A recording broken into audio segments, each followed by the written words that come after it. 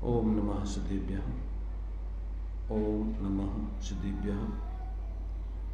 ओम नमः सिद्धेभ्यः।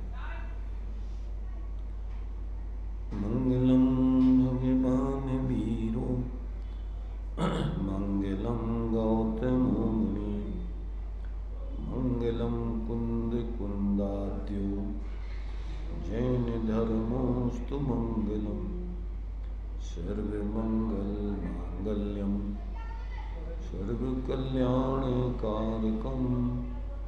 प्रधानम सर्वधर्माणां जैनं जयतु शासनम जैनं जयतु शासनम। सकल विभाव अभाव कर किया आत्मकल्याण परमानंद सुबोध में नमो सिद्ध भगवान।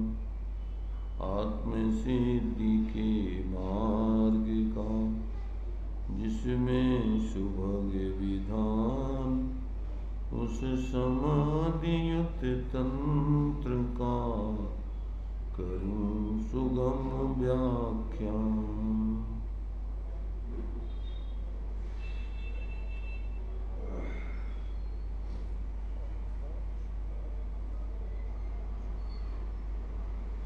चर्चा अपनी 41 नंबर के श्लोक के माध्यम से चल रही है। इस श्लोक में आचार्य देव ने आत्म भ्रांति से उत्पन्न दुखों को दूर करने का उपाय आत्म ज्ञान की प्राप्ति, इसको सिद्ध किया है। और बिना आत्मज्ञान की अन्य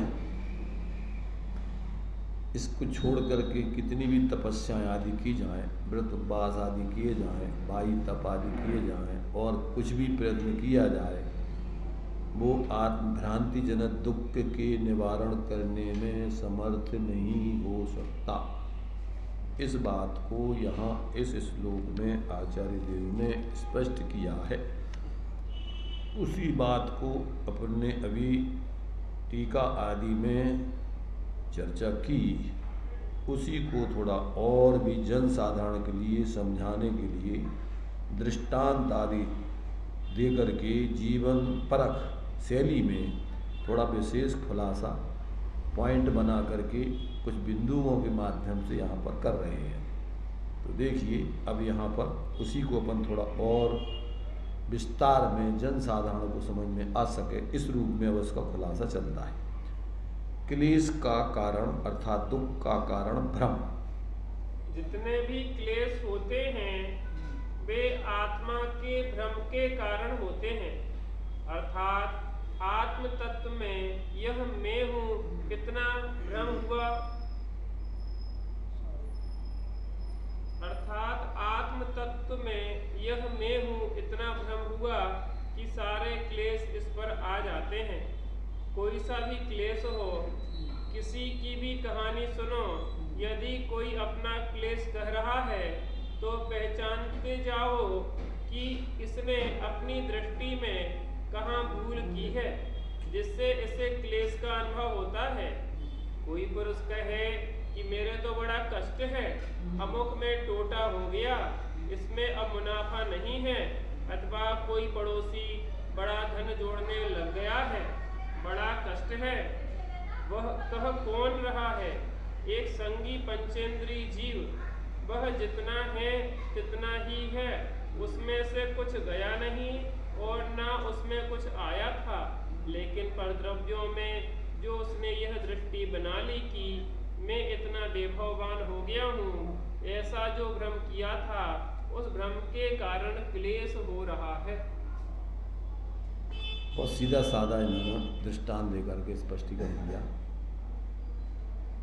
सारी समस्याएं भूल आपको भरमतवादी।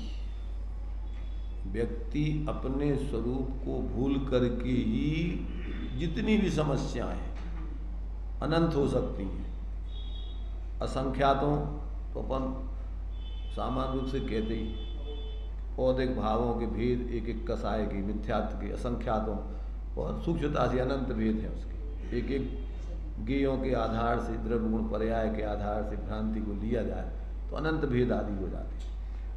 तो कहने का मतलब ये है कि जहाँ जीव अपने स्वरूप को अपना स्वरूप नहीं जानता, मानता, अनुभवता, वहाँ से समस्याओं का इसके जीवन में अंबार खड़ा हो जाता है। एक के बाद जितनी भी समस्याएं हैं वो सब स्वरूप की विस्मृति के कारण से होती है। यहाँ पर ही बतला रहे हैं सारे क्लेशों का कारण स्वरूप का भ्रम, स्वरूप को भूलना है। ये बात यहाँ पर मूल केंद्र में रखी गई है। अब उसी केंद्र के बिंदु के आधार पर खुलासा चल रहा है। अब आर्त ध्यान भी होते हैं तो कहते वो भी सब भ्रम मूलक हैं। आर्त भाव की भ्रम मूलकता, आर्त भाव की भ्रम मूलकता, जितने भी दुख हैं, इष्ट वियोग, अनिष्ट संयोग आदि के क्लेश हैं, वे भ्रम से हैं। कोई कहे कि मेरा अमुक बड़ा मित्र था, मेरा लड़का, मेरा कोई रिश्तेदार, स्त्री कोई भी विमुक्त हो गया है, गुजर गया है, मैं अकेला ही रह गया हूँ, बड़ा कष्ट है। अरे कष्ट कहाँ है, तुम तो अकेले ही थे। जिस भव से आए क्या दूसरे को साथ लेकर आए, अथवा जाओगे तो क्या किसी को साथ लेकर जाओगे? अकेले ही थे, अकेले ही रहते हो, कहाँ कष्ट है। लेकिन पर पदार्थों में यह मेरा है, इस प्रकार की जो कल्पना बना रखी, उसके कारण इस समय कष्ट हो रहा है। आत्मा के भ्रम से उत्पन्न हुआ क्लेश मिटेगा कैसे? आत्मज्ञान से। यह मेरा है, इस कल्पना के कारण होने वाला क्लेश मिटेगा कैसे? यह मेरा नहीं है, इतना ज्ञान होने से क्लेश मिट जाएगा। देखो बहुत सीधा साधा धर्म का स्वरूप है। थोड़ी भी आदमी यदि अपनी मिथ्या धारणाएं हटाग्रह दुराग्रह छोड़े और शांति से समझे तो ज़्यादा उसके लिए कछु पढ़वे की जरूरत नहीं है। इतने असंख्यात और त्रयंश हैं, इतने नारकी हैं, इतने देव हैं और भी सामान्य लोग हैं। अरे भाई, जिसको धर्म करना है सीधा साधा है। धर्म वस्तु स्वभाव, अपने को अपना स्वभाव जैसा है वैसा जानो, मानो, अनुभव करो, भोगो धर्म। और जैसा अपना स्वरूप नहीं है वैसा मानना, जानना और वैसा अपने आप को परिवर्तन करते रहना, वही दुख का कारण है पूरा। तो यहाँ कह रहे हैं कि जितने भी आर्थ रौद्र ध्यान हैं वो सब भ्रम के ऊपर खड़े हुए हैं। कि पहली चीज तो कोई पर पदार्थ न तुम्हें इष्ट है न अनिष्ट है। जब तुम्हारा है ही नहीं तो इष्ट कैसे होगा, अनिष्ट कैसे होगा? तुम्हें दुख कैसे देगा, सुख कैसे देगा?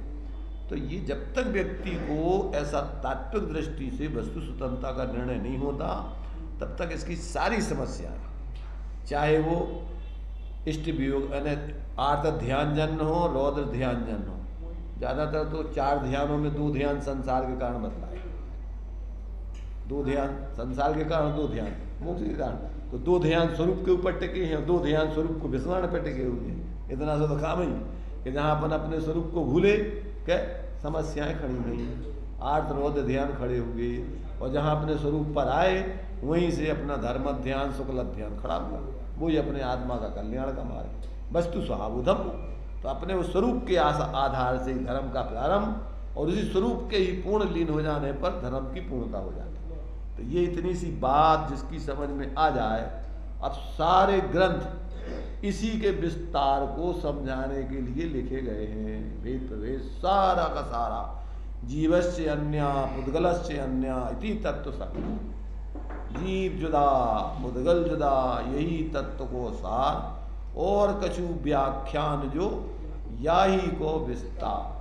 सारा का सारा इसी अपने स्वरूप का विस्मरण और स्वरूप का स्मरण करके जो जीव स्वरूप आराधना में लगते हैं, इन्हीं 2 की कहानी है और धर्म में कुछ भी कथन नहीं। ये बात यहाँ अपन को चाहे संक्षेप में समझ लो और चाहे विस्तार में समझो, समझना है बस यही बात कि तुम हो पर है। निज को निज, पर को पर जान, फिर दुख का फिर कारण कुछ बचता ही नहीं है। और जहाँ निज को भूले पर में फूले, समस्याएं खड़ी हुई, अब टर्राते रहो मेढ़ को जैसे भटकते रहो चारों तरफ। तो ये समस्या यहाँ पर बतला रहे कि भैया सारी समस्या है आत्म भ्रांति के कारण। संसार में जितनी समस्याएं हैं वो स्वरूप विस्मृति के कारण से है। तो ये आर्त ध्यान सारे भ्रम मूलक हैं। अब कहते ममता भाव का भी क्लेश वही भ्रम मूलक है। तो ममता भाव का क्या क्लेश है, अब देखिए खुलासा दृष्टांत देकर। ममता भाव का क्लेश, एक व्यापारी अचानक भाग के साथ ना देने से बहुत घाटे में पड़ गया और दूर किसी शहर मानो कलकत्ता वह चला गया अपना गुजारा करने के लिए। घर पर 1 वर्ष का बालक और स्त्री को छोड़कर धन कमाने के लिए चला गया। वहां उसका अच्छा रोजगार लगा और उस रोजगार में धन की आय में इतना व्यस्त हो गया कि उसने 14 वर्ष तक घर आने का मौका न पाया। अब बच्चा पढ़कर 15 वर्ष का हो जाता है। माँ कहती है, बेटा तुम अपने पिताजी को लिवा लाओ, 14 वर्ष हो गए हैं, अमुक शहर में है, अमुक मोहल्ले में है, अमुक नाम है। यहाँ से लड़का बाप को लिवाने के लिए चला।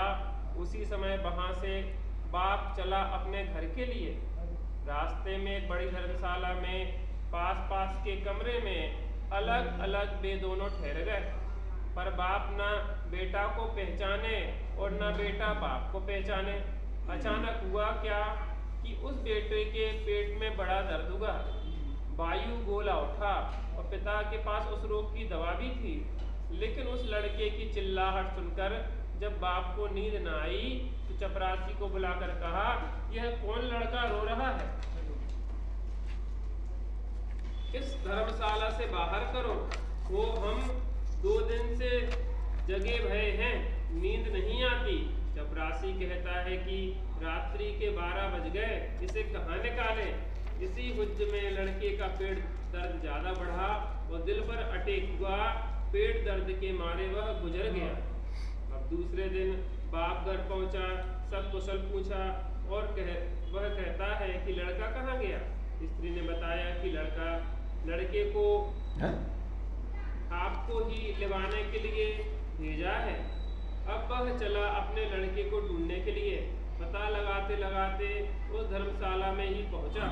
मैनेजर से पूछा कि यहाँ अमुक नाम का कोई लड़का तो नहीं आया। उसने रजिस्टर उठाकर देखा और कहा कि हाँ, अमुक नाम का लड़का 10 दिन पहले यहाँ आया था, अपने पिता को लिवाने जा रहा था। फिर क्या हुआ, उसके पेट में दर्द हुआ और दर्द के मारे गुजर गया। अब गुजरने का नाम सुनकर बेहोश होकर गिर पड़ा। भला बताओ कि जब लड़का सामने था, खूब देखता था, तब तो प्रेम न उत्पन्न हुआ, तब तो उसे भगाने की ही पड़ी थी। जब मर गया, सामने नहीं है, किंतु इतना ख्याल भर आया कि वह मेरा ही पुत्र था, तो इस कल्पना से वह बेहोश हो गया। देखो, ये कहानी भारल्य जी ने अस्थि रूप में समझाई, इन्होंने नास्ति रूप में समझाई। उन्होंने माँ बेटे का दृष्टांत दिया। अपने ही घर में वो बेटा उससे काम करवाती रही। काहे से परेशान थी वो, अपने बेटे के गुम जाने से। बेटा कहाँ था, आपके सामने पहचान खो गई थी उसकी। अपनी आत्मा को 24 घंटे रखड़वा रहे हैं, काम में लगाए हुए हैं, रात दिन इसको हमाली में लगाए हुए हैं। अब जिस दिन पहचान हो जाएगी, अरे हम कहाँ इस संसार के 4 गति 84 लाख योनियों में रखड़ते रहे अपने स्वरूप तो अपना खुद पश्चाताप होता है कि अपन कैसे पागलपन में जीते रहे, अपन स्वयं और अपने को भूले रहे। अब यहाँ मोह की ममता की तकलीफ उनको कैसे हुई, जो तुम्हारा नहीं है। अब वो यहाँ दृष्टांत दूसरी तरफ से दे रहे, यहाँ दे रहे जो तुम्हारा नहीं है, उसमें अपनापन करने से, ममता करने से काय को बेहोशी आ रही तुम्हारी। लड़का तो पहले भी था और तुम्हारा उसमें मोह नहीं था। तुम उसको सामान्य जान रहे थे कि होगा किसी का, पर क्या लेना देना।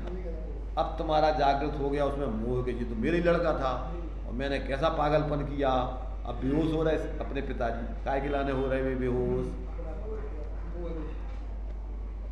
मेरा लड़का था और मर गया। तो ये जो है जीव की कहानी, इधर से अस्थि से स्वरूप भूलने से, नास्ति में पर में अपनापन करने से, दो समस्या ही कि अपना जो नहीं है उसको अपना मानना और जो अपना है उसको अपना नहीं मानना। इधर अस्थि उधर नास्ति। तो जो नास्ति है उसमें अस्थि है और जो अस्थि है उसमें नास्ति। अपने को अपना नहीं मानता है और पर को अपना मानता है। समस्या यहाँ खड़ी है। और अपने को अपना मानो, पर को पर मानो, खत्म समस्या है। अब कहाँ तुम्हारे लिए समस्या है? चाहे संयोग में परिणमन जो उनका होना है उनकी उदय अनुसार हो रहा है। सब जीव है, सब अपना अपना परिणमन कर रहे हैं। जड़ चेतन की परिणति सब अपने अपने होती है। अब अनुकूल प्रतिकूल, बस यही समस्या का कारण है। तो यहाँ इन्होंने जो दृष्टांत दिया कि मोह ममता से परेशान है, उसमें जब तक मोह ममता नहीं जगी तब तक कोई तकलीफ नहीं। सामने मर गया वो, कोई समस्या नहीं तुम्हारी। और अब अपनापन हो गया, समस्या खड़ी हो गई, जबकि वो अब है ही नहीं। दिमाग में कल्पना में अरे मैं अपने लड़के को नहीं जाना। तो ये जो है वहाँ उन्होंने आत्मा की पहचान नहीं होने से आत्मा की दुर्दशा कराते हुए लड़के का दृष्टांत दिया। और यहाँ इन्होंने ममता पर में ममता करके और ये जीव परेशान हो रहा है, ये सिद्ध किया। तो ये दृष्टांत दोनों अस्थि नास्ति के, इसमें सिर्फ अकेला समझाने का तरीका दोनों का अलग है। बात वही है। तो उन्होंने इधर से लेकर के अपनी दूसरी तरफ से जमा दी। मतलब ये सब एक दूसरे को उसमें से लेकर के दृष्टांत और अपने अपने हिसाब से फिट कर लेते हैं। अब समझने की, सामने वाले को समझ में आ जाए। मूल दोनों का उद्देश्य वही है कि पर में एकत्व मत तोड़ाना है और अपने में अपनापन कराना है। जब तुम्हारे अपने में अपनापन आ जाए तो तुम्हारी समस्या खत्म है। और जब तक तुम्हारा पर में अपनापन रहेगा तब तक तुम्हें कोई सुखी नहीं कर सकता है। अब आगे दिया हुआ है, मोही जीव की 4 आंतरिक चोटें। माने मोही जीव, मिथ्या दृष्टि जीव, 4 आंतरिक चोटें कौन कौन सी हैं? अब वो एक एक करके खुलासा कर रहे हैं। बोलिए आप लोग। मोही जीव की 4 आंतरिक चोटें। भैया, दुख देने वाला दूसरे पदार्थ का संयोग वियोग नहीं है, किंतु मेरा ही इस प्रकार का परिणाम शल्य की तरह दुखी किया करता है। चीज हो। अब देखो, इसमें अपन को ये समझना है, दृष्टांत में अपन को सिद्धांत लगाते जाना। इसको इन्होंने जो आत्मकीर्तन लिखा है इसमें ये बात सिद्ध कर रहा है। 4 चीजें कौन कौन सिद्ध कर रहे हैं वो समझिए। निज को निज, पर को पर जान। यहाँ पर ये दे रहे हैं, सुख दुख दाता कोई न आन। ये बात सिद्ध कर रहे हैं। क्या कह रहे? दुख देने वाला दूसरे पदार्थ का संयोग वियोग नहीं है, किंतु मेरा ही इस प्रकार का परिणाम सल की तरह दुख किया करता है। तो यहाँ क्या सिद्ध कर रहे? सुख दुख दाता कोई न आए। हमारे ही परिणाम हमारे लिए सुख दुख के देने वाले हैं। मोह जनित परिणाम दुख के कारण हैं और वेद विज्ञान के परिणाम, वीतराग परिणाम सुख के कारण है। ये सिद्ध करना। पर द्रव्य न तुम्हें सुखी करता है न दुखी करता है। सुख दुख दाता कोई न आ। मोह राग रुस दुख की खा। तो वहां दुख का कारण बताना है, मोह राग रुस दुख को, और सुख का कारण है पर द्रव्यंत भिन्न आप में रुचि सम्यक वाला आपरूप को जान पनो सम्यक ज्ञान कला आपरूप में लीन रहे थे सम्यक चार। तो ये एक पॉइंट है कि कोई सल दुख का कारण कोई दूसरा नहीं। चीज हो तब भी दुख, ना हो तब भी दुख। दुख का कारण तो भ्रम है। वस्तु का मिलना या बिगड़ना ही दुख का कारण नहीं है। प्रथम तो इस मोही जीव की शरीर में आत्मबुद्धि हुई है कि यह मैं हूँ। पश्चात दूसरे के शरीरों में दूसरे आत्मा है, ऐसी ही बुद्धि हुई। नंबर 1 गलती, अपने शरीर में आत्मा मानना। नंबर 2 गलती, दूसरों के शरीर में भी दूसरों की आत्मा मानना। दूसरी गलती। ऐसी ही बुद्धि हुई। इसके बाद फिर नंबर तीसरा, हाँ, फिर क्या हुआ? धन, हाँ उसमें अपनी पोजीशन समझी। हाँ, अब बाहर की धन संपत्ति प्रॉपर्टी से अपनी इज्जत मानी, ये तीसरी समस्या। उसमें यह मेरा है ऐसी बुद्धि हुई। पश्चात सबसे कठिन समस्या नंबर चौथी, मुश्किल से मिटने वाला एक राग है, वह है यश का राग। राग है, हाँ। इस यश के राग में ही वह सारा का सारा जीव लोग बहुत ही परेशान है। जो ख्याति लाभ पूजादि चाह धर करे विविध विधि दे, साधु भी हो गए तो भी मेरे लिए लोग विशेष जाने, ग्रस्त हैं तो भी मेरे लिए लोग विशेष जाने। कोई भी है, हर व्यक्ति जहाँ खड़ा है अपने को विशेष दिखाने की प्रयत्न में लगा है। तो चार आंतरिक चोटें हैं तुम्हारे लिए समस्याओं का, दुख का कारण। कौन कौन सी?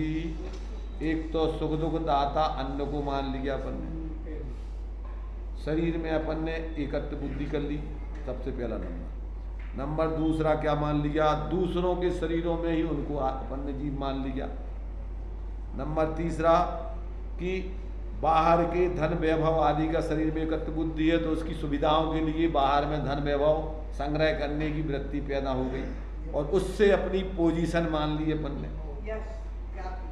यश ख्याति नहीं, पोजीशन, उससे अपनी महत्ता बताना कि मैं इसके कारण से मेरे पास इतना है इसलिए मैं विशेष हूँ। तो बाहर से जो मद हैं 8 प्रकार के, तो बाहर के इस संपत्ति धन संपत्ति आदि में उससे अपना अपनापन। देखो मद का मतलब है मान माने माप, अपने स्वरूप को अपने स्वरूप से नहीं मापना, अन्य किसी भी रूप में मापना, वो सब मान के अंतर्गत आता है। किसी कहती मान माने माप, मान माने क्या होता है? माप। काय से माप कर रहे तुम अपने आत्मा को आत्मा रूप नहीं जान के अन्य किसी भी रूप में उसका माप करोगे तो या तो दीनता आएगी या अहंकार आएगा। ये सब उसी के अंतर्गत है। दीनहीनता भी उसी के कारण से। तुम्हारे पास पैसा नहीं है, अब दीनहीन को करके चलोगे। तुम्हारे पास पैसा हो गए, अकड़ के चलोगे।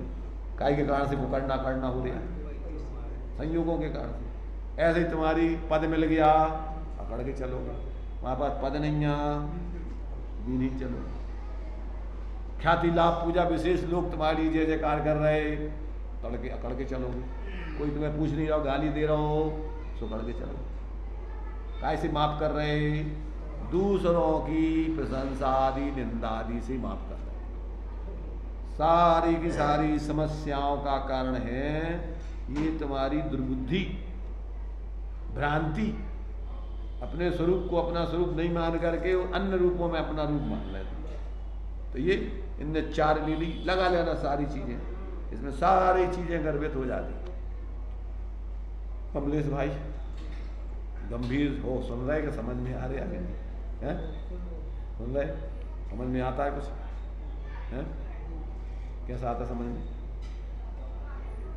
अपने अंदर में टटोलना है। जब भी अपन इस प्रकार से कोई भी हो, कोई भी घर में व्यवहार से व्यवस्था है, पति पत्नी हो, बाप बेटा हो, भाई भाई हो, सब एक व्यवस्था व्यवहार की है। परमार्थ से प्रत्येक जीव है, सब स्वतंत्र है, कोई किसी का कर्ता धारता नहीं, किसी से किसी का कोई संबंध नहीं। परमार्थ से अपना अपना तात्विक दृष्टि से जब व्यक्ति विवेकी होता है तो फिर व्यवहार को व्यवहार रूप में रख करके यथार्थ प्रवृत्ति करता है, परंतु प्रेस्टेज पॉइंट नहीं बनाता, उससे परिणाम नहीं बिगड़ने देता है।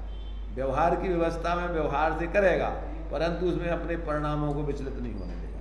तात्विक दृष्टि से जैसे टोडामल जी है, टोडामल जी ने लिखा एक सैंपल के रूप में दृष्टांत, किसी जीव को सुगम मोक्ष का मार्ग दर्शाया जाए और वो ना समझे ना माने तो क्या करना? समझाने वाला बहुत प्रयत्न कर रहा है, अब क्या करना उसको? है? नहीं, उसकी होनहार का विचार करके समता रखना। तो भैया इसकी अभी ऐसे ही होनहार है, ऐसे ही घर में बेटा तुम्हारी प्रेम से समझाओ, मानता है तो ठीक, नहीं तो क्या करो, लड़ना झगड़ना, आत्रो ध्यान करना। अभी इसकी ऐसे ही होनहार है, अपन अपने में रहो, वो अपने में है, जो कुछ कर रहा है जान, क्या करूँ। तो जहाँ तुम्हें तत्व ज्ञान होगा, अपनी सीमा में ही व्यवहार का आप जितना होगा प्रयोग करोगे, सीमा से बाहर जाके, अर्थात जिसमें अपने परिणाम बिगड़े, आर्द्र ध्यान हो, ऐसे व्यवहार का उल्लंघन करके आप प्रवृत्ति नहीं करोगे। वस्तु स्वतंत्रता का विचार करके समता में रहोगे, भावना रखोगे कि भैया सबका कल्याण। माध्यस्थ भावम, अपन को भावनाएं दी हैं, मैत्री प्रमोद कारुण्य माध्यस्थ। तो पहले तो जीव मात्र के प्रति जीव दृष्टि से मैत्री भाव रखो, भैया सब अपने समान है, इसलिए सबसे अपना एक समान रूपता का भाव। द्रव्य दृष्टि से सब समान है, जो निगूद में सोई मुझ में सोई मोक्ष मजार, निश्चय भेद कछु भी नाही। तो सब समान है, सबको अपने समान देखो। पर्याय दृष्टि के 3 भेद हैं, प्रमोद कारुण्य माध्यस्थ। अपने से विशेष आत्माराधना में, रत्नत्रय की साधना में विशेष हैं, उनको गुणी जनों को देख हृदय में मेरे प्रेम मड़ावे, बने जहाँ तक उनकी सेवा करके है। ये पर्याय दृष्टि से आत्माराधक जीव विशेष है, उसके प्रति बहुमान। फिर दुर्जन कुरुल कुमार ग्रस्तों पर क्षोभ नहीं मुझको आवे। अगर उसकी पर्याय में तीव्रता से विपरीतता चल रही है, मिथ्या तो कसायों की उग्रता चल रही है, तो क्या करना, बहुत घोर दुर्बुद्धि चल रही है, हठाग्रह दुराग्रह चल रहा है, तो माध्यस्थ भावम विपरीत वृत्तौ, कि भैया जो करेगा सो भरेगा, हमें इससे क्या लेना देना, ये स्वतंत्र है मैं स्वतंत्र, उसके प्रति न दुर्भाव करना, बाहर में न उससे उलझना, न किसी प्रकार से कोई कहना, दूर रह कर की भावना अच्छी रखना उसके बाद, भैया सबका करना, पर व्यवहार मध्यस्थ रहना, उससे बोलना नहीं। नंबर 3 करुणा भाव। कौन सा, क्या है उसके लिए, मेरी भावना में छंद बोलो, दीन दुखी जीवों पर मेरे उर से करुणा स्रोत है। किसी का तीव्र पाप का उदय है, परेशान है, दुखी है, तो उसके प्रति करुणा का भाव, दया का भाव हो सकता है, उसके सहयोग करके उसके दुख को दूर कर देगा। ये पर्याय दृष्टि की 3 भावनाएं कौन कौन सी? 4 जो भावना बताई आपने, तो पहली भावना मैत्री, ये तो द्रव्य दृष्टि से बताया, और ये 3 पर्याय दृष्टि।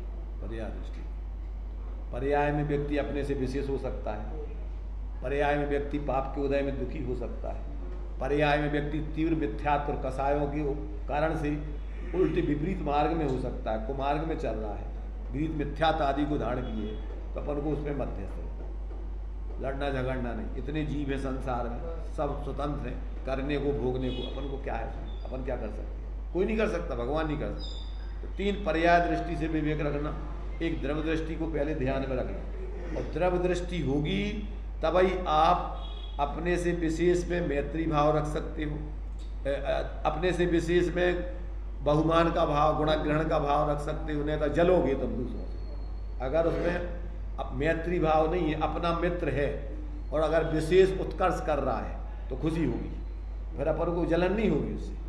और यदि अपना मित्र है और अगर कष्ट में है, पाप का उदय है, तो करुणा का भाव, दया का भाव, संयोग का भाव होगा। और अगर मान लो अपन ने अपना मित्र नहीं है, तो अपन को घरे मरने दो, क्या करना, बहुत अच्छा इसी लायक था वो, तो अपन को दुर्भाव पैदा होगा उसके प्रति। और यदि अपना मित्र है, उल्टे मार्ग पे जा रहा है, तो अपन मध्यस्थ होंगे, नहीं तो उसके प्रति दुष्टता का भाव पैदा होगा, मारो इसको, ऐसा करो वैसा करो। अपना पुत्र है, गलत काम कर रहा है, तो अपन ये नहीं कहेंगे कि इसको मारो, जेल में ले जाओ, सुधारने का प्रयत्न करेंगे, नहीं तो मध्य भैया तू भोगेगा, मुझे मैंने तो जितना प्रयत्न समझा दिया। तो पहला जब तुम्हारा उसमें द्रव्य दृष्टि से मैत्री भाव होगा, तो 3 पर्याय के दृष्टिकोण आप सही लगा पाओगे, अन्यथा लगा नहीं सकते। आपके अंदर उसके प्रति यद्वत अद्वत प्रवृत्ति होगी।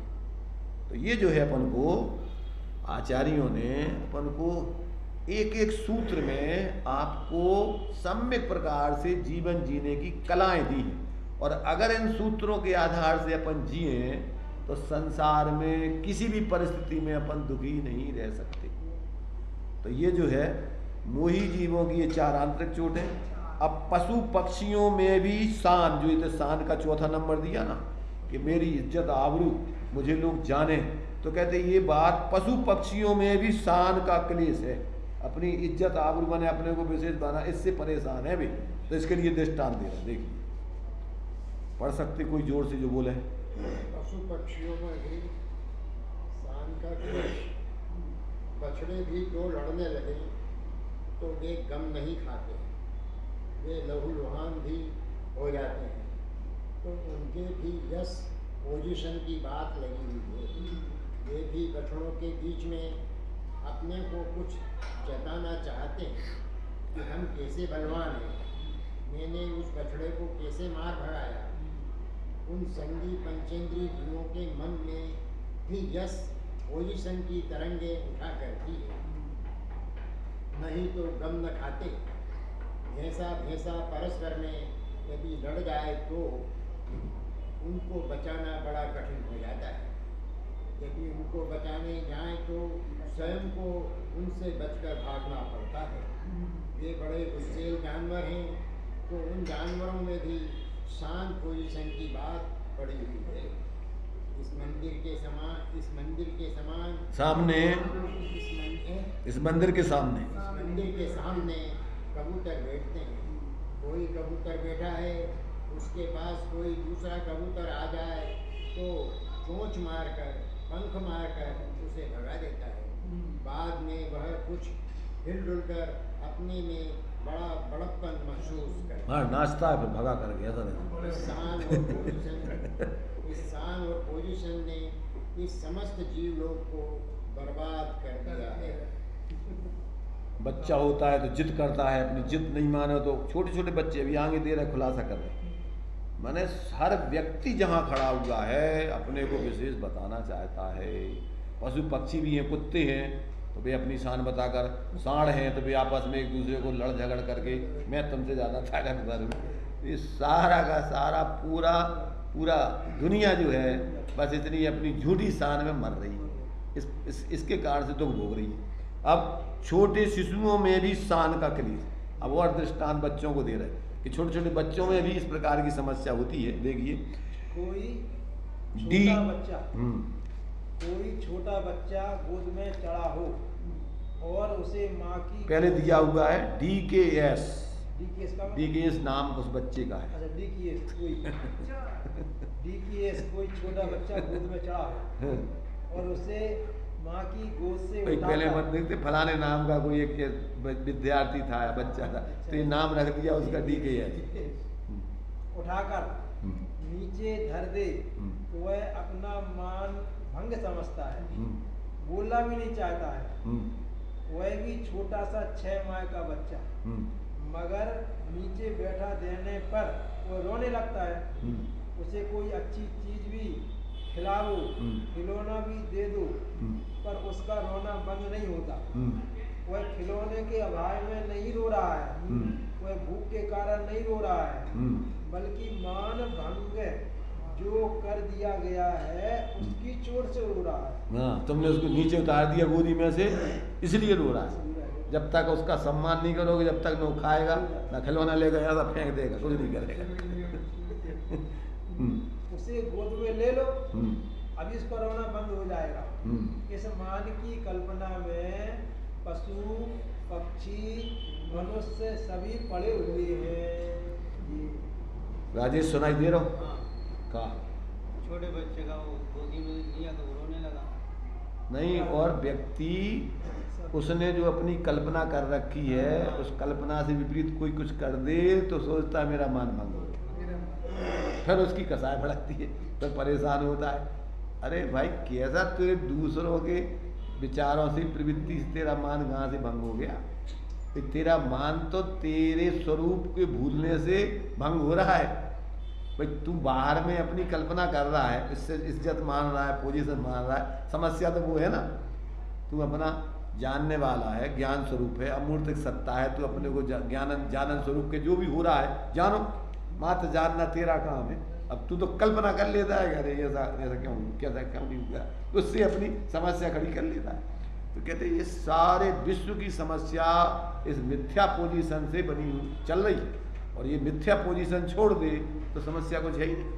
इसलिए यहाँ कहते हैं सर्वत्र माया की छाया। राजेश पढ़ो जोर से। सर्वत्र माया छाया, माया की छाया। हाँ चलो। इतना ये सब असमान जाति द्रव्य पर्याय है, वे माया रूप है। परमार्थ तो वे है जो खाली जीव हो, खाली पुद्गल हो। जीव और पुद्गल के संबंध में होने वाली ये जो अवस्था है वे माया रूप है। माया माने यथार्थ नहीं है, ये वस्तु का स्वरूप नहीं है। दो द्रव्यों की मिला जुला करके कोई वस्तु नहीं बनती है, इसलिए ये झूठी है। माया माने क्या है नहीं है, वस्तु नहीं है ऐसी इस प्रकार। पर माया रूप वालों में माया रूप वालों में माया रूप पोजीशन रखना चाहते, माने मायावियों में ही अपनी पोजीशन रखना चाहते, ऐसे झूठे लोगों में ही अपनी झूठी पोजीशन रखना चाहते हैं, एक दूसरे में। कुछ तत्व नहीं है जिसमें कोई दम नहीं है। क्या जैसे स्वप्न में कोई अपनी शान रखता हो, स्वप्न में उसकी शान बेकार सी है तो कुछ भी नहीं वहाँ। इसी प्रकार यहाँ पर भी कोई शान रखना चाहता हो तो बेकार की बात है, बस झूठी बातें हैं सब, इसमें कुछ होना जाना है ही नहीं। परमात्मभूत बात तो यहाँ कुछ भी नहीं है। पर कितना दुख हो गया, रात दिन कष्ट है। हाँ, रात दिन जब तक अब वो अपनी कल्पनाओं में जीता रहेगा, जब तक वो परेशान चैन से सो नहीं पाता, खा नहीं पाता, पी नहीं पाता, जब तक उसने ऐसी झूठी पोजीशन मान रखी है कि हमारी, अब तब तक वो रात दिन संकल्प विकल्पों में जीता रहेगा। जैसे स्वप्न में व्यक्ति परेशान हो रहा है, झूठा परेशान है, कुछ है नहीं। यानी मान लीजिए सो तो रहा है घर में और उसको स्वप्न आया कि हम विदेश चले गए हैं, अब विदेश से घर जाना है, कैसे जाएं। अब सोचता फिर रहा है गाड़ी, यहाँ गाड़ी नहीं मिल रही, हम कहाँ से जाएं, पैसे नहीं है हमारे पास, अब कैसे पहुँचे, कैसे, अब परेशान है। अब परेशानी कैसे मिटे उसकी। अब वो जब तक नींद लगी रहेगी, जब तक ये कल्पनाएं करता रहेगा, जब तक परेशानी है। और जैसे कहा है कि भैया तेरी सत्ता अलग है, उसकी सबकी सत्ता अलग है, जड़ चेतन की परिणति सब अपने अपने में हो रही है, अनुकूल प्रतिकूल कुछ है नहीं तेरे लिए, तू झूठी काहे के लिए इस प्रकार से कल्पना कर रहा है, उसी क्षण समस्या खत्म।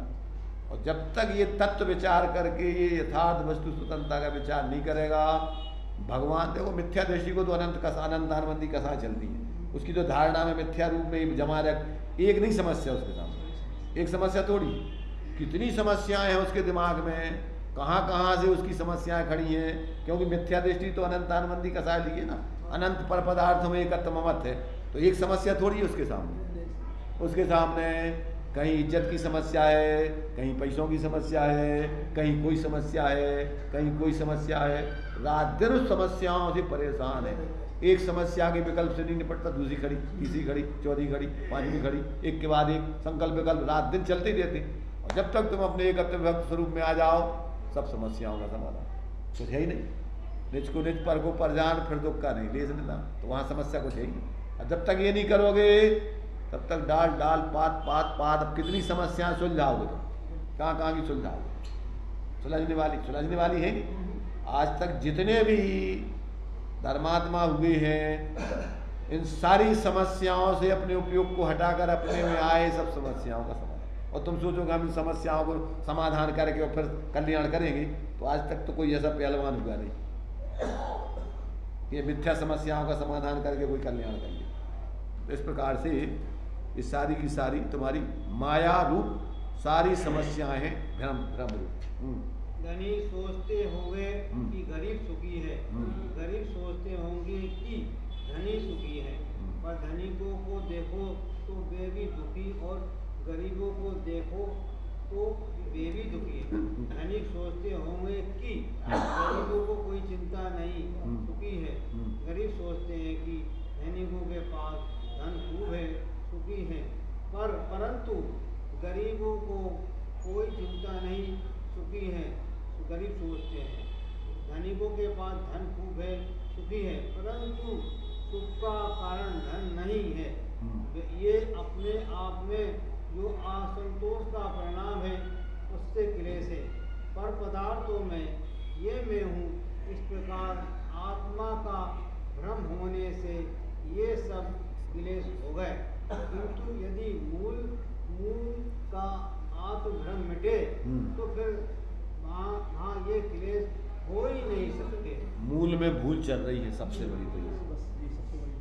जब आवे संतोष धन, सब धन धूल समान। ये सारे बाहर के जितने भी झूठे हैं तो दाम बिना निर्धन दुखी, तृष्णावश धनमान, कहूँ न सुख संसार में, सब जगते पहुँचा। वो अपनी कल्पनाओं से दुखी है, अमीर अपनी कल्पनाओं से दुखी है, गरीब अपनी कल्पनाओं से दुखी है। तो ना वो धन की कमी से दुखी है, ना वो धन की अधिकता से सुखी होगा। ये सब दुख है तुम्हारी आत्मभ्रांति के कारण से।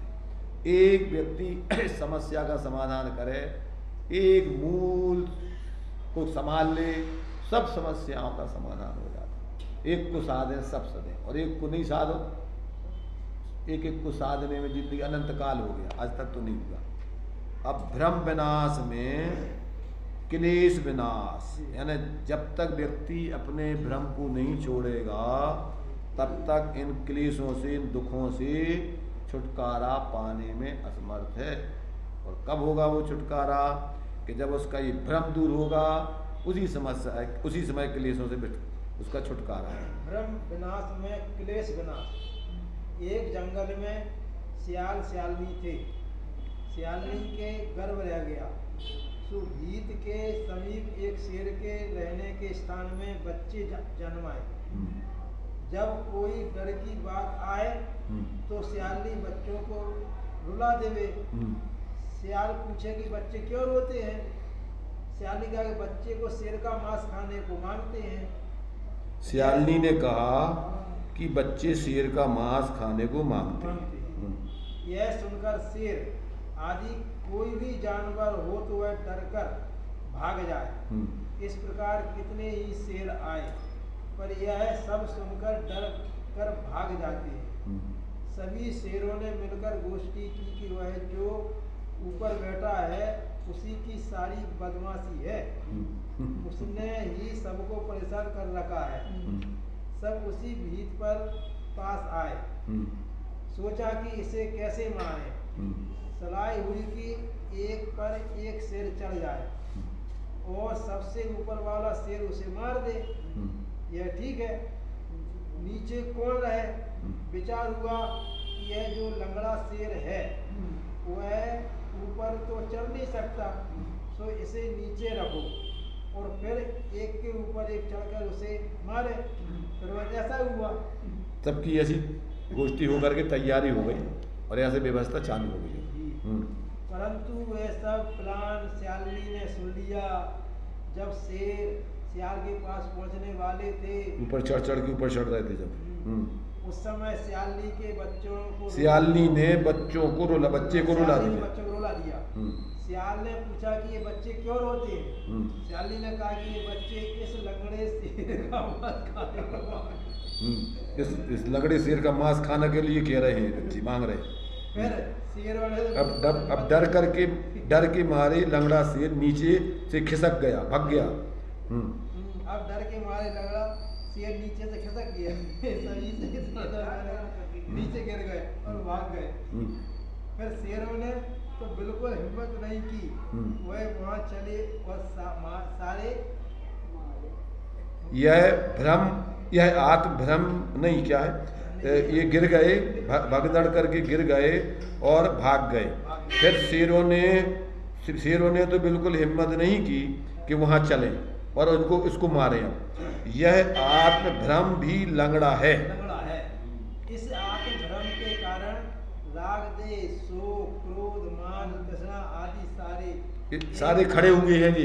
अगर एक आत्म भ्रम को नीचे से अलग कर दो तो ये सारे के सारे ऊपर के जितने तुम्हारी कसाएं हैं ये सब धड़ धड़ धड़ धड़ करके सारी की सारी खत्म हो जाएंगी। सारे ये खड़े हो गए। हाँ, सारे क्लेश आ गए। यह भ्रम नीचे से ये तो कोई क्लेश जीव के रह नहीं सकता है। माने यह भ्रम नीचे से खिसके तो कोई क्लेश जीव में रह नहीं सकता है। ये दृष्टांत दिया गया। अगर तुमने इस भ्रम लंगड़ी, जबकि उसमें कोई ताकत नहीं है, इस भ्रम में क्या है, भ्रम तो भ्रम है, तो कहते हैं भ्रम लंगड़ी भ्रम को अगर तुम निकाल दो नीचे से तो ऊपर की सारी कसाएं सारे तुम्हारी आकुलता के कारण समाप्त हो जाएंगे। तो इस प्रकार से ये दृष्टांत दे करके मैंने एक प्रकार से तुम्हें मूल समस्या का समाधान बताया। अब आगे सुख का सरल उपाय, ये तो सब तुम्हारी दुख की समस्या बताए। अब सुख का सरल उपाय क्या है, अब उसका खुलासा। सुख का सरल उपाय। सुख का उपाय कितना सरल है। भूखे रहने की बात नहीं कही जा रही है। मैंने यहाँ पर सुख का उपाय बता रहे तुम्हें। तुम जो अपने आप को मान रहे हो कि भूखे रहे, उपवास कर लें, सुखी हो जाए, फलानो कर लें, तो कहते ये सब तुम्हारे लाने हम बेबातें नहीं बता रहे, तुम्हें मूल बात बता रहे हैं। कुछ भी छोड़ने की बात नहीं कही जा रही है। कपड़े उतारो, ठंड से मरो, ऐसी बात अभी नहीं कही जा रही है। पर इतनी सी बात का अंतर में निर्णय हो जाए कि मैं ज्ञान प्रकाश मात्र हूँ और मेरे से अतिरिक्त बाहर मेरा कुछ नहीं है। मैं परमता हूँ, अपने परमन से ही परमता हूँ। मैं परिणमता हूँ और अपने ही परिणमन से ही परिणमता हूँ। दूसरे पदार्थ का मुझसे रंच प्रवेश नहीं है। हाँ, दूसरे पदार्थ का मुझ में रंच प्रवेश नहीं है। यह बात सत्य है या नहीं? अब ये पूछ रहे ये बात सत्य है कि नहीं? तो कहते अब कहो तो सत्य बात हो। अब ऐसा विश्वास कर लीजिए, फिर तो मोक्ष जाने का प्रमाण पत्र आपको मिल चुका है। हाँ, सम्यक दृष्टि पुरुष निकट काल में ही सर्व संकटों से मुक्त हो जाएगा। जिसने अपने को ज्ञान स्वरूप में मेरो है उपयोग रूप चिन्मूरत बिन मूरत अनूप पुद्गल्लम धर्म धर्म काल इंते न्यारी मेरी चाल ऐसी अनुभूति प्रतीति कर ली, अब वो संसार में ज़्यादा टिकने वाला नहीं। उसको मोक्ष का प्रमाण पत्र मिल गया। अब सब मोह से मुक्त होकर के एक दिन पूर्ण वितराग दशा को प्राप्त कर लेगा वो। ऐसा जो है ये जब तक जीव को तत्व का निर्णय करके अपने स्वरूप बोध नहीं होता, भ्रम दूर नहीं होता अपना, तब तक उसके लिए लाख उपाय करे, वो साधु बन जाए, सब कुछ करे, परंतु लाखों करोड़ों का दान दे, परंतु उससे कुछ नहीं। और जब तक ये कार्य के भैया मैं सबसे निराला हूँ, चैतन्य मूर्ति अमूर्तिक सत्ता वाला हूँ और मेरा एक कुछ भी नहीं, एक परमाणु आमिक को खलु शुद्धो दंसन नाण मयो सदा रूबी नबी अथ मज्ज किंची भी अन्नम परमाणु मित्तम पी। यहाँ से शांति का मार्ग, सुख का मार्ग, मोक्ष का मार्ग चालू होता है। तो अब अकेला मात्र ऐसे विकल्प नहीं, ऐसी मात्र जानकारी नहीं, ऐसा अंतर में अनुभव पूर्वक विश्वास और उसका अंदर में आश्रय करके जब विश्वास होता है, सम्यक दर्शन जिसको कहते हैं, उसके जीवन में आत्मा का अतीन्द्रिय आनंद, ज्ञान के साथ आनंद प्रकट होता है। कि जब ने आत्म अनुभव आवे तो क्या होता है उसमें कि ज्ञानानंद सुधार सुमगे घट अंतर न समावे। जब निज आत्म अनुभव आवे तो साथ में आपको कोई अलौकिक अतीन्द्रिय आनंद आएगा और उस आनंद के सामने तुम सारी बाहर की जो आकुलता जनक वृत्तियाँ हैं वो सब धीरे धीरे शांत होकर के और उस तरफ से निवृत्ति करके आप स्वरूप में प्रवृत्ति करोगे। ऐसा इस क्रम से तुम्हारा ये सुख की जो है एक जो है सबसे पहले मोक्ष मार्ग की प्रथम सीढ़ी, ऐसा जो अपने स्वरूप का अनुभव पूर्वक का विश्वास है वो हो जाए तो अब क्रम से आगे जीव मुक्ति को प्राप्त होगा, इसमें कोई संदेह नहीं। अब हैरानी मिटाने का उपाय क्या है?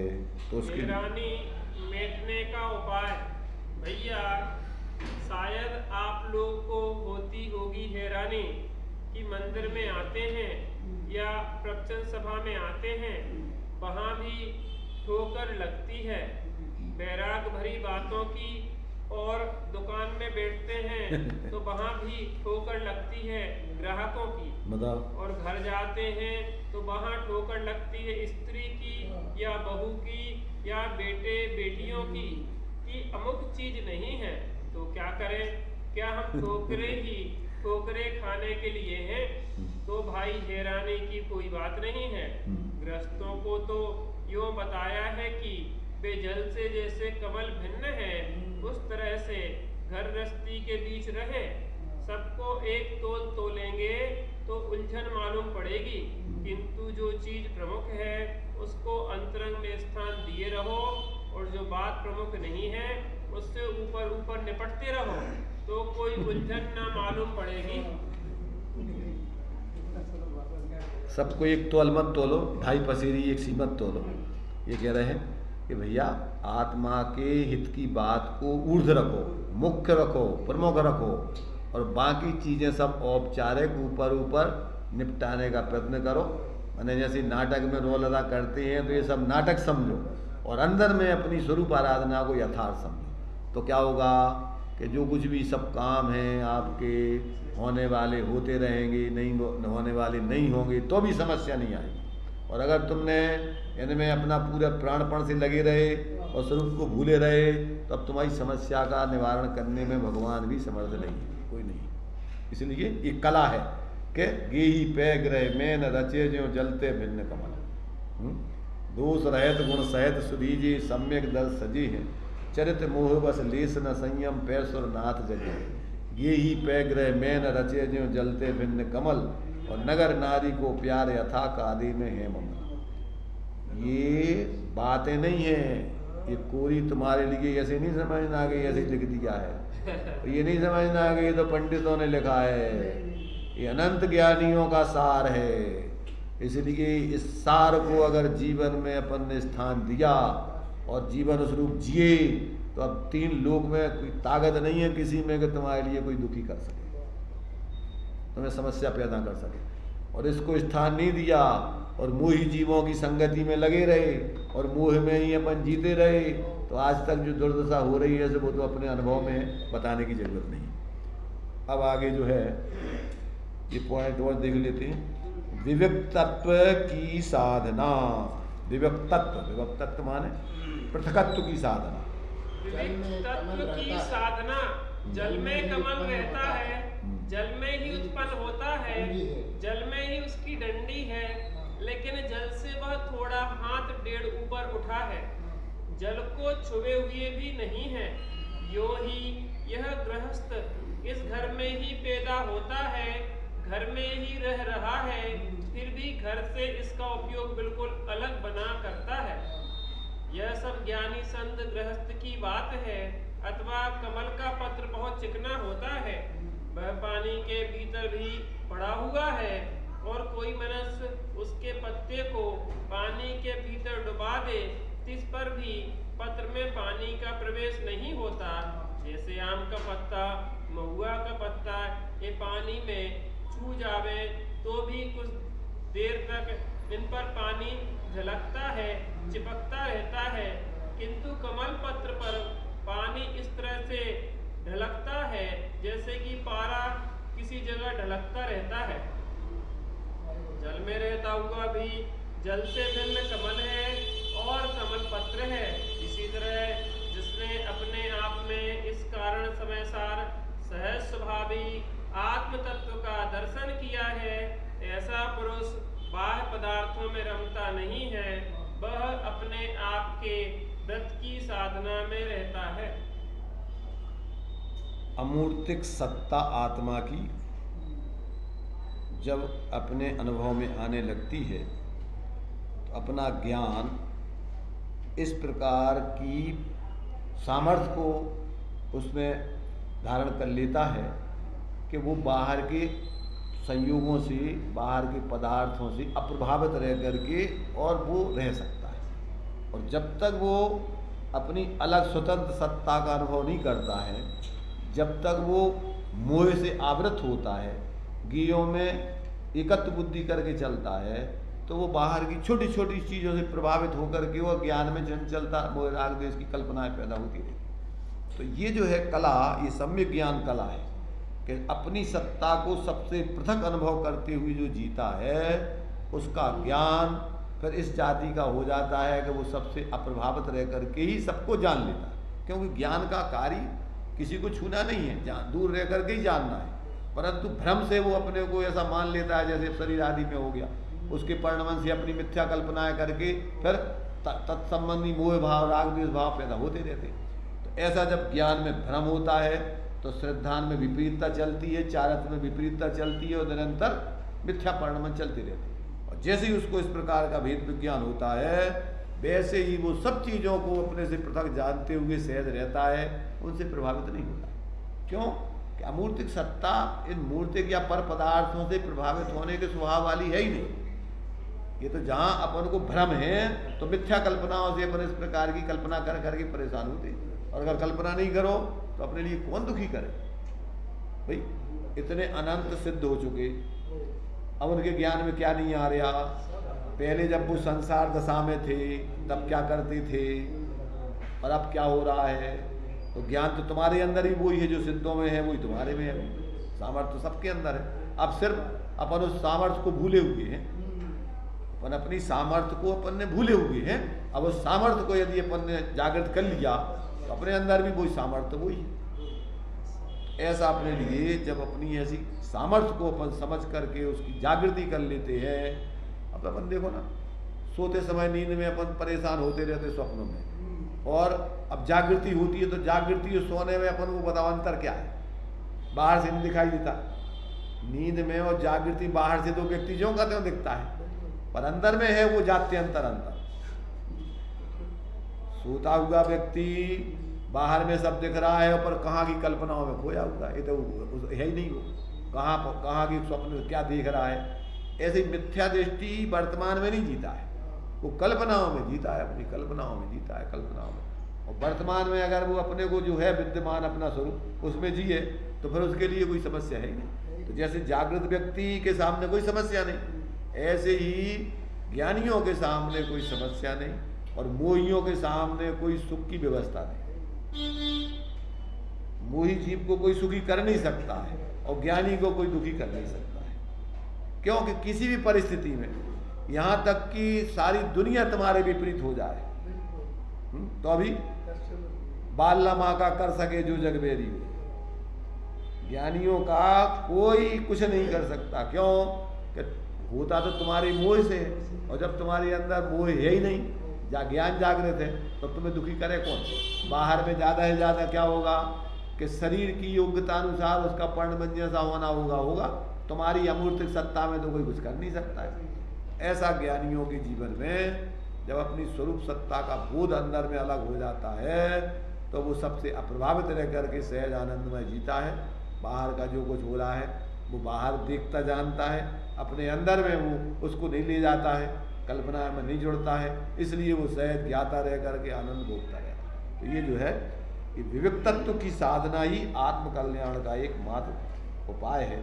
और अगर तुम्हारी अपनी इस प्रकार भिन्न सत्ता का अनुभव नहीं करोगे तो फिर संसार में क्लेश के अलावा, दुख के अलावा, समस्याओं के अलावा कोई आपके लिए फिर दूसरी चीज़ यहाँ है ही नहीं। उन्हीं में व्यक्ति 24 घंटे परेशान रहता है, रात दिन, चाहे जग रहा हो, चाहे सो रहा हो, चाहे कुछ भी कर रहा हो, सारी समस्याएं उसके दिमाग में भरी रहती हैं। मंदिर में भी आएगा, स्वाध्याय में बैठेगा, पर धारणा में उसकी भी मिथ्या समस्या भरी, यहाँ से उठा नहीं और रोना धोना चालू। और अगर अंदर में भेद विज्ञान कर लिया है तो घर में भी रहोगे, यहाँ भी नहीं आ पा रहे तो वहाँ पर भी कोई समस्या नहीं। क्यों कि समस्याएं कोई घर और मंदिर से नहीं जाती।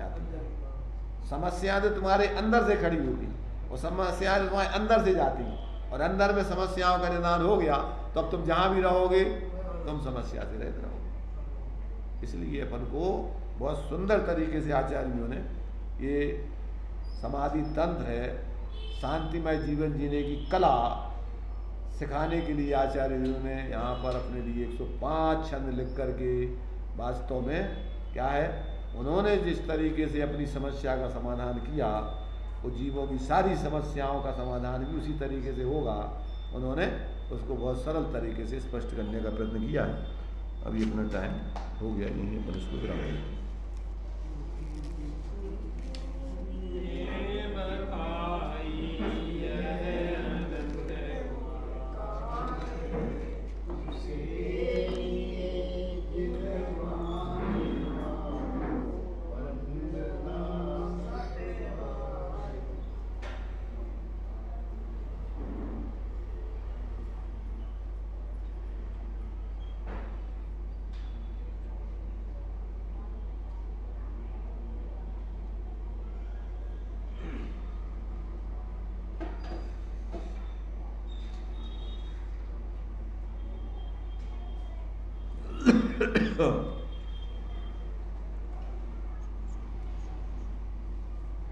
द्वादशांग निर्माणी माता पंच परमेष्टि।